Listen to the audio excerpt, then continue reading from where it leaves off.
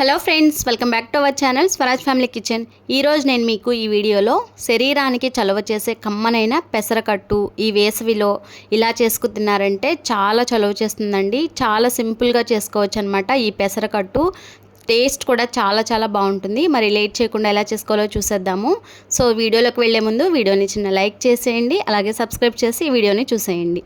So ఫస్ట్గా ఇక్కడ నేను ఒక ప్రెషర్ కుక్కర్ తీసుకుని ఇందులోకి ఒక గ్లాసు టీ గ్లాస్ అంతా పెసరపప్పుని తీసుకొని ఒక 2-3 టైమ్స్ వాటర్లో బాగా కడగాలండి. ఇలా 2 టైమ్స్ పెసరపప్పుని బాగా కడిగి ఒక గ్లాసు పెసరపప్పుకి 2 గ్లాసులు వాటర్ వేసుకోవాలండి. చక్కగా ఉడికిపోతుంది అనమాట. కుక్కర్ కాకుండా మందపాటి గిన్నెలో అయినా వేసుకోవచ్చు అనమాట. ఇలా 2 గ్లాస్ వాటర్ వేసుకొని ఇందులోకి ఒక 1/2 టేబుల్ స్పూన్ పసుపు వేసుకోవాలి. అలాగే 1 ఇంచ్ అంతా అల్లం ముక్కని వేసుకోండి. పెసరకట్టు చాలా టేస్టీగా ఉంటుంది. అలాగే ఒక మీడియం సైజ్ ఆనియన్, ఒక పచ్చిమిర్చి, అలాగే 2 టమోటాలు ఇలా చిన్నగా కట్ చేసుకుని ఇందులోకి యాడ్ చేసేయండి. సో ఈ విధంగా అంతా వేసుకుని లాస్ట్ అండ్ ఫైనల్గా 1 టేబుల్ స్పూన్ ఇలా ఆయిల్ పైన వేసుకున్నట్లయితే మనకి పెసరపప్పు మంచిగా ఉడికిపోతుంది. ఇప్పుడు కుక్కర్కి విజిల్ అనేది పెట్టేసి మూత పెట్టి స్టవ్ మీడియం ఫ్లేమ్లో పెట్టుకుని ఒక 10 నిమిషాలు, ఒక 5 విజిల్స్ వచ్చేంత వరకు కుక్కర్కి తగ్గట్టు పెట్టుకున్నామంటే చక్కగా 5 విజిల్స్ వచ్చాక నేను మీకు చూపిస్తున్నాను. ఆవిరంతా పోయాక చూడండి, సాఫ్ట్గా మెత్తగా అయితే పెసరపప్పు మనకి కుక్కర్లో ఈ విధంగా ఉడికిపోయిందనమాట. ఇప్పుడు ఇందులోకి టేస్ట్కి తగినట్టుగా సాల్ట్ వేసేసుకోవాలి. ఇలా సాల్ట్ వేసేసుకొని మన దగ్గర పప్పు గుత్తి కానీ లేకుంటే మ్యాషర్ కానీ ఏది ఉంటే దాంతో కొంచెం ఇలా మ్యాష్ చేసుకోవాలి. ఇలా మ్యాష్ చేసే ముందు ఒక చిన్న ఇంచంతా చింతపండుని వేసుకోండి. చింతపండు తొక్కు వేసుకుంటే ఈ పెసరకట్టు టేస్ట్ మరింత రుచిగా చాలా బాగుంటుందండి. ఇలా వేసుకొని మెత్తగా పప్పు గుత్తితో ఇలా స్మాష్ చేసేసుకోవాలి. చూసారా, ఇప్పుడు ఇందులోకి మనకి పెసరకట్టు మరీ పల్చగా ఉండకూడదు, అలాగని మరీ మందంగా కొంచెం తిక్కుగా ఉండకూడదు అనమాట. మీడియంగా ఉండాలి. సో తగ్గట్టుగా ఒక 2 గ్లాస్ వాటర్ వేసుకొని ఒకసారి అంతా కూడా కలుపుకోవాలన్నమాట. ఇలా కలుపుకొని దీన్ని పక్కన ఉంచుకుందాం. ఇప్పుడు ఈ పెసరకట్టులోకి మనం పోపు పెట్టుకుందామండి. మనం ఎలాగైతే మామూలుగా తాలింపు ఎలా పెట్టుకుంటామో అలాగే పెట్టుకోవాలి. ఒక తాలింపుది పెట్టుకుని స్టవ్ ఆన్ చేసుకుని ఇందులోకి ఒక 3 టేబుల్ స్పూన్ ఆయిల్ వేసుకోవాలి.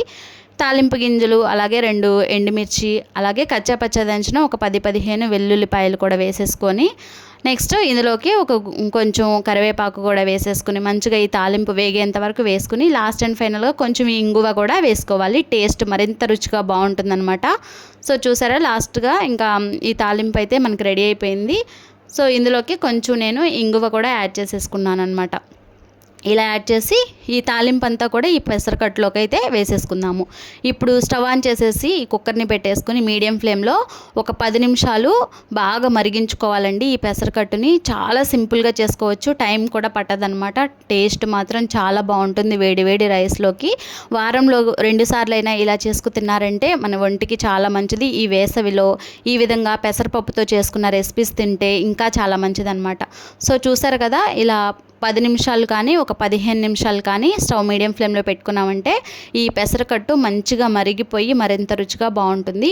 సో టేస్ట్ చూసుకొని ఉప్పు సరిపోయిందో లేదో చెక్ చేసుకొని ఒకసారి సరిపోకపోతే యాడ్ చేసేసుకోండి.